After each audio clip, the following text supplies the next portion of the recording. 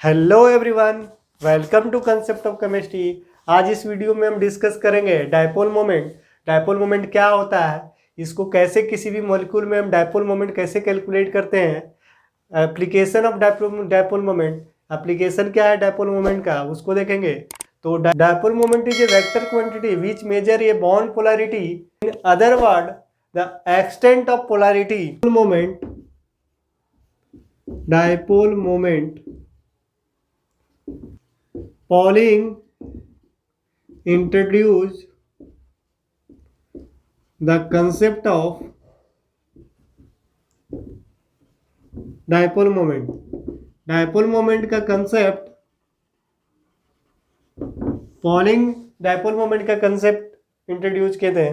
It is defined as the product of charge of any one atom and distance of separation between them. Molecule है, HCl molecule है।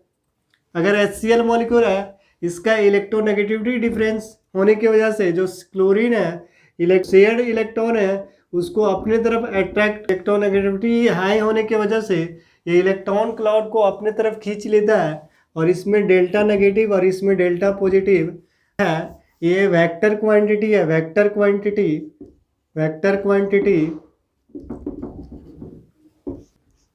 ये इसका जो mu जो है Q into D, Q into D, अगर इसका unit देखा जाए तो यूनिट इसका होगा डी बाई,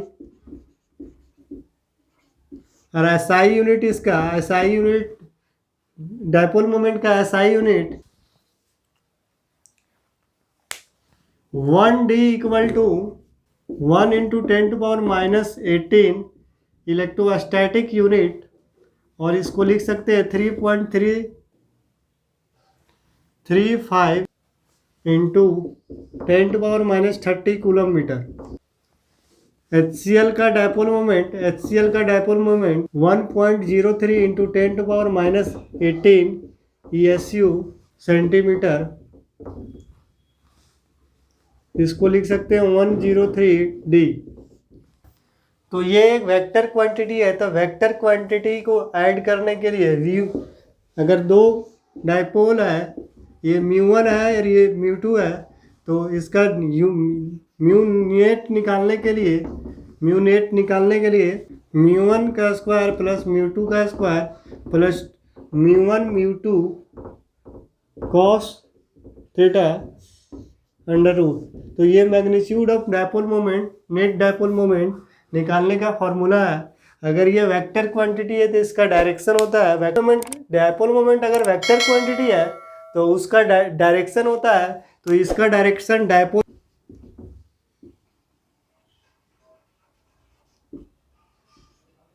डायरेक्शन ये प्रेशर इलेक्ट्रोनेगेटिव आइटम से हाइयर इलेक्ट्रोनेगेटिव आइटम की तरफ होता है, higher electronegative item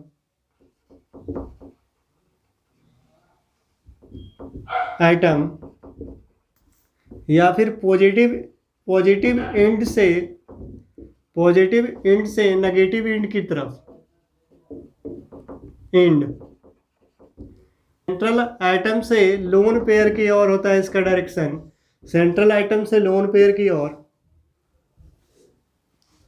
HCl molecule है तो इसका डायपोल मोमेंट इधर से इधर होगा, डायपोल मोमेंट 0 आता है। अगर किसी का dipole moment mu net equal to 0 तो वो मॉलिक्यूल नॉन पोलर है, नॉन पोलर। अगर dipole moment not equal to 0 तो ये मॉलिक्यूल क्या होगा, पोलर मॉलिक्यूल होगा, ये पोलर मॉलिक्यूल।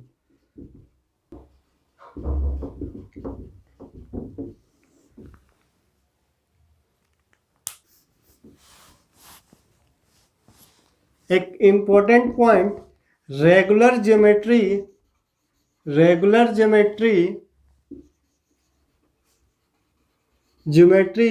में जो डायपोल मोमेंट है वो 0 होता है। रेगुलर ज्योमेट्री में डायपोल मोमेंट 0 होता है। इसका एग्जांपल SF6, CH4, ये सब रेगुलर ज्योमेट्री है, तो इसका डायपोल मोमेंट क्या होगा, dipole moment equal to 0। Dipole moment equal to 0। Moment को जो कैलकुलेट करते हैं वो वेक्टोरियली ऐड करके करते हैं, वेक्टर एडिशन से ऐड करके करते हैं। एप्लीकेशन देखते हैं डायपोल मोमेंट का, application of dipole moment, application of dipole moment.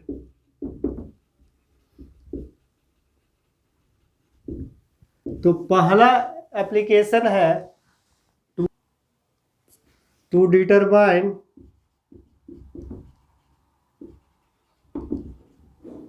Polarity of molecule. Polarity, पहला application to determine polarity of molecule, कोई मॉलिक्यूल पोलर है या नॉन पोलर है तो इसको डिटरमाइन करने के लिए ए होमोएटॉमिक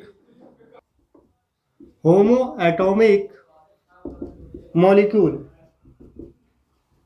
अगर होमोएटॉमिक मॉलिक्यूल है तो उसका डायपोल मोमेंट क्या होगा, डायपोल मोमेंट जीरो होगा। अगर जीरो डायपोल मोमेंट है तो मोमेंट जीरो है तो ये नॉन पोलर मॉलिक्यूल है, नॉन पोलर मॉलिक्यूल। इसका एग्जांपल देख ले तो H2, F2, Cl2, Br2, ये सब कैसा मॉलिक्यूल है, ऐसा मॉलिक्यूल है नॉन पोलर मॉलिक्यूल है, सब कैसा मॉलिक्यूल है, नॉन पोलर मॉलिक्यूल है।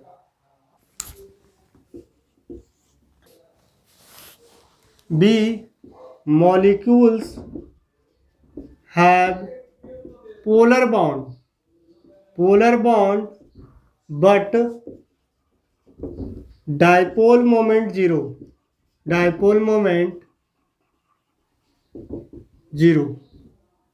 mu net zero. लेकिन मॉलिक्यूल क्या है, नॉन पोलर है। इसका एग्जांपल देखते हैं CO2। तो CO2 में ये जो है बॉन्ड पोलर है, इसका डायपोल मोमेंट क्या है, जीरो है। अगर देखें पॉजिटिव इंड से नेगेटिव इंड की तरफ तो इसका डायपोल मोमेंट, इसका नेट डायपोल मोमेंट क्या होगा, जीरो। तो ये क्या है, नॉन पोलर मॉलिक्यूल। दूसरा एग्जांपल देख लेते हैं CH2, ये भी क्या है, नॉन पोलर मॉलिक्यूल। क्या है, पोलर है, इधर से इधर इसका डायपोल मोमेंट और इसका डायपोल मोमेंट इधर से इधर, म्यू नेट इस पे क्या आएगा, mu net equal to zero. तो ये क्या है, नॉन पोलर मॉलिक्यूल। BF3,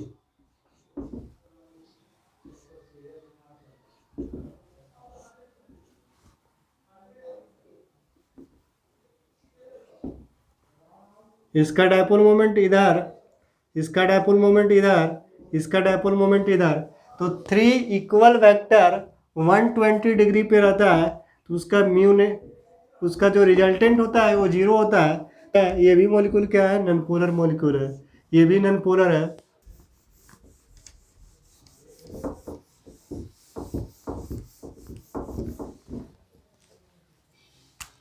सी टाइप देख लेते हैं, जो बॉन्ड पोलर है, bonds polar and molecules polar, उसमें पोलैरिटी है और मॉलिक्यूल्स भी क्या है, पोलर है।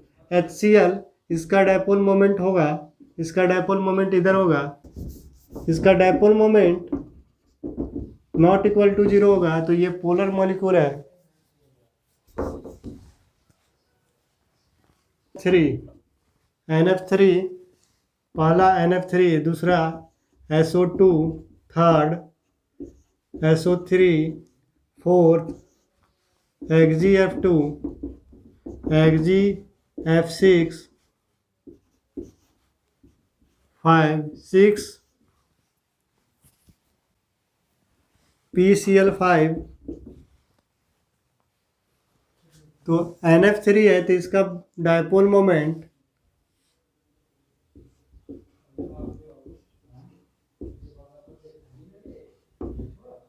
इसका डायपोल मोमेंट इधर, इसका डायपोल मोमेंट इधर, इसका डायपोल मोमेंट इधर,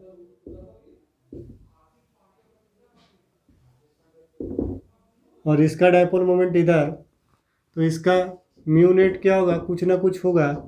ये इसका डायपोल मोमेंट अलग आएगा, ये म्यू डैश है, इसका डायपोल मोमेंट कुछ ना कुछ आएगा। तो ये पोलर है, ये पोलर मॉलिक्यूल है। SO2 का अगर स्ट्रक्चर बनाए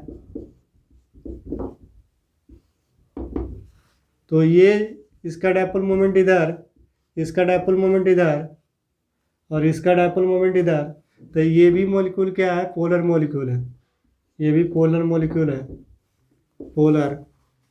इसका देखा जाए SO3 का, SO3 का अगर देखें, इसका डायपोल मोमेंट इधर, इसका डायपोल मोमेंट इधर, इसका डायपोल मोमेंट इधर, तो इसका जो नेट होगा थ्री वेक्टर अगर 120 डिग्री में है, इसका हाइब्रिडाइजेशन sp2 है, तो इसका जो बीच में एंगल कितना है 120, तो ये क्या होगा, इसका म्यू नेट का वैल्यू कितना आएगा 0, और ये नॉन पोलर है, नॉन पोलर। XgF2 का देख लेते हैं, तो जेनॉन है 3 लोन पेयर इक्वेटोरियल पोजीशन में है और F यहाँ पे है, क्योंकि बेंड्स रूल के अनुसार मॉलिक्यूल का ज्योमेट्री डिसाइड होता है। इसका म्यू ऊपर में होगा, इसका म्यू का वैल्यू, म्यू इधर होगा, इसका म्यू इधर, और ये प्लेन में इसका म्यू इधर होगा और इसका म्यू इधर, तो नेट इसका क्या होगा, नेट डायपोल मोमेंट इसका 0 होगा, तो ये पोलर मॉलिक्यूल नहीं है, ये नॉन पोलर मॉलिक्यूल है, ये नॉन पोलर मॉलिक्यूल है। XgF6 का देखें,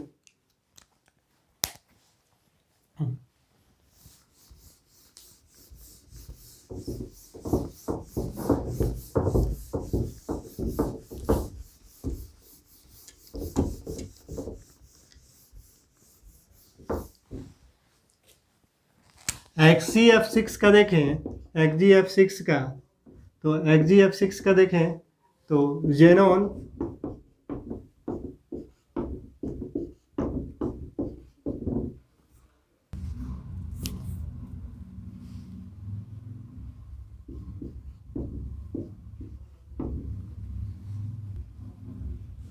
इसका जो शेप होगा डिस्टॉर्टेड ऑक्टाहेड्रल होगा, डिस्टॉर्टेड ऑक्टाहेड्रल, इसका शेप डिस्टॉर्टेड ऑक्टाहेड्रल, और लोन पेयर है, तो लोन पेयर है तो इसका डायपोल मोमेंट इधर होगा, क्योंकि इस जेनॉन के पास लोन पेयर है, और इसका जो स्ट्रक्चर होगा डिस्टॉर्टेड ऑक्टाहेड्रल होगा।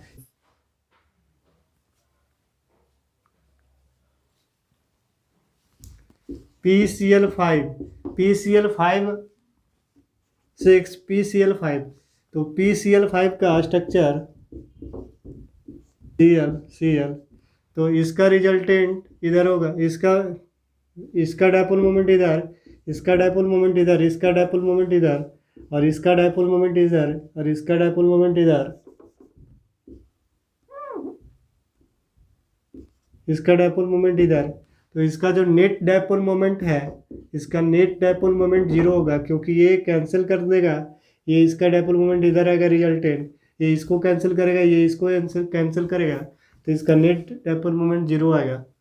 PCl3F2, तो ये बेंड्स रूल के अनुसार इसको शेप डिसाइड होता है, तो PCl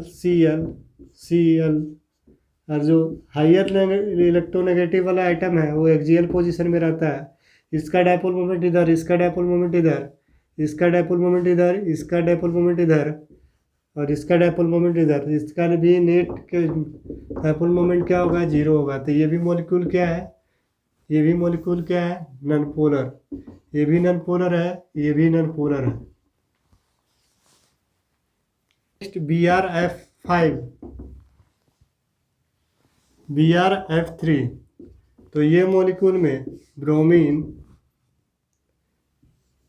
lone pair equatorial position में रहेगा, ये F, ये भी बेंड्स रूल के अनुसार इसका शेप डिसाइड होता है, तो इसका डायपोल मोमेंट इधर, और इसका डायपोल मोमेंट इधर, इसका डायपोल मोमेंट इधर, इसका डायपोल मोमेंट इधर, तो इसका जो नेट डायपोल मोमेंट होगा कैंसिल नहीं होगा, इसका जो रिजल्टेंट है ये इसका डायपोल मोमेंट को कैंसिल नहीं करेगा, तो ये मॉलिक्यूल क्या होगा, म्यू नेट इसका क्या होगा 0 नहीं होगा, तो ये मॉलिक्यूल क्या है, पोलर मॉलिक्यूल है।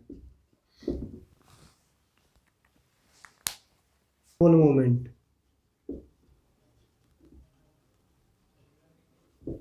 डायपोल मोमेंट हम कंपेयर करते हैं तो पहला दिया हुआ है HF H2O NH3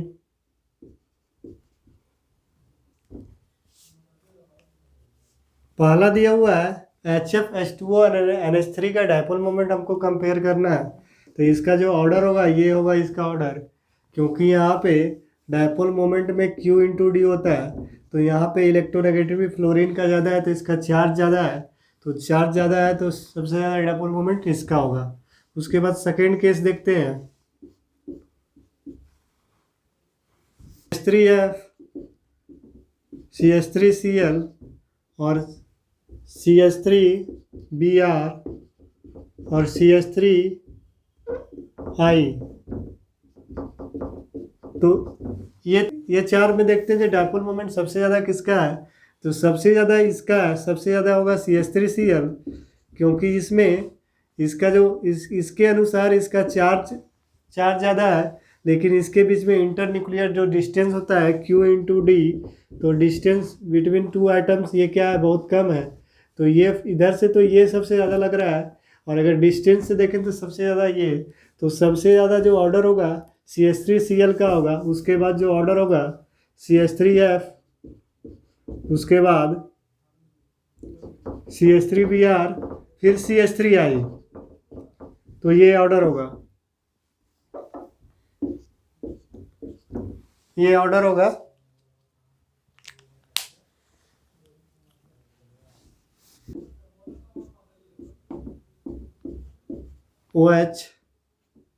OH इसका डायपोल मोमेंट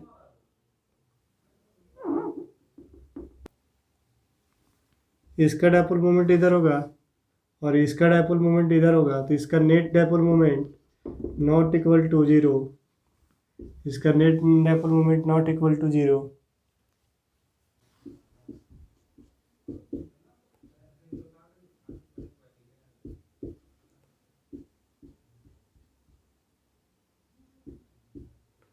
इसका डायपोल मोमेंट इधर, इसका डायपोल मोमेंट इधर, तो इसका नेट डायपोल मोमेंट क्या होगा, इसका नेट डायपोल मोमेंट 0 होगा। एक और यहाँ पे क्लोरीन, यहाँ पे क्लोरीन,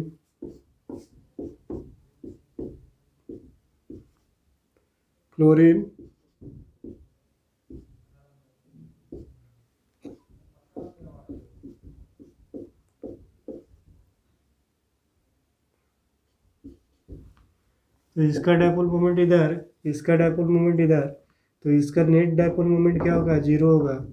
इसका डायपोल मोमेंट क्या होगा, ये अगर 60 डिग्री से है, क्योंकि इसके बीच में ये 60 डिग्री एंगल, ये 120 और इसके बीच में एंगल 60 डिग्री, तो इसको वेक्टर्स ऐड करके हम कैलकुलेट कर सकते हैं। सबसे ज़्यादा इसका डायपोल मोमेंट होगा, उसके बाद इसका होगा।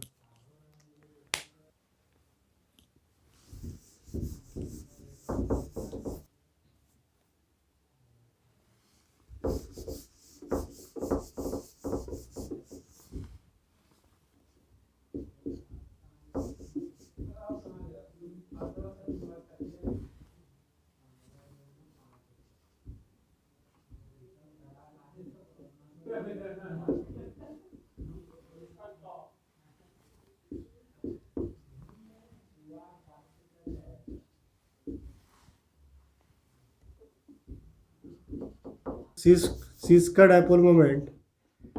डायपोल मोमेंट ज़्यादा है ट्रांस से। प्रिडिक्ट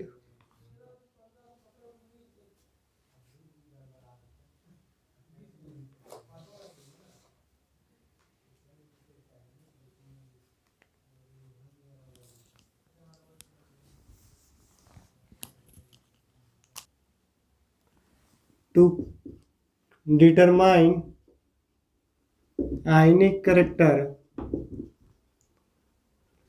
in molecule, तो किसी भी किसी भी मॉलिक्यूल में आयनिक कैरेक्टर डिटरमाइन करने के लिए डायपोल मोमेंट का यूज किया जाता है।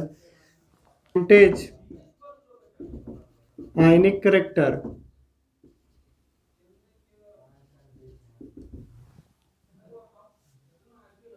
Experimental value by theoretical value into 100। तो ये आयनिक परसेंट हम कैलकुलेट कर सकते हैं। HCl का डायपोल मोमेंट 103D है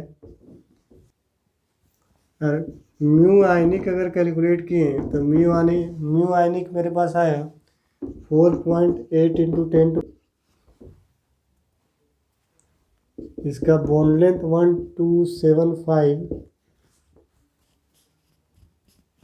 इंटू 10⁻86.12D।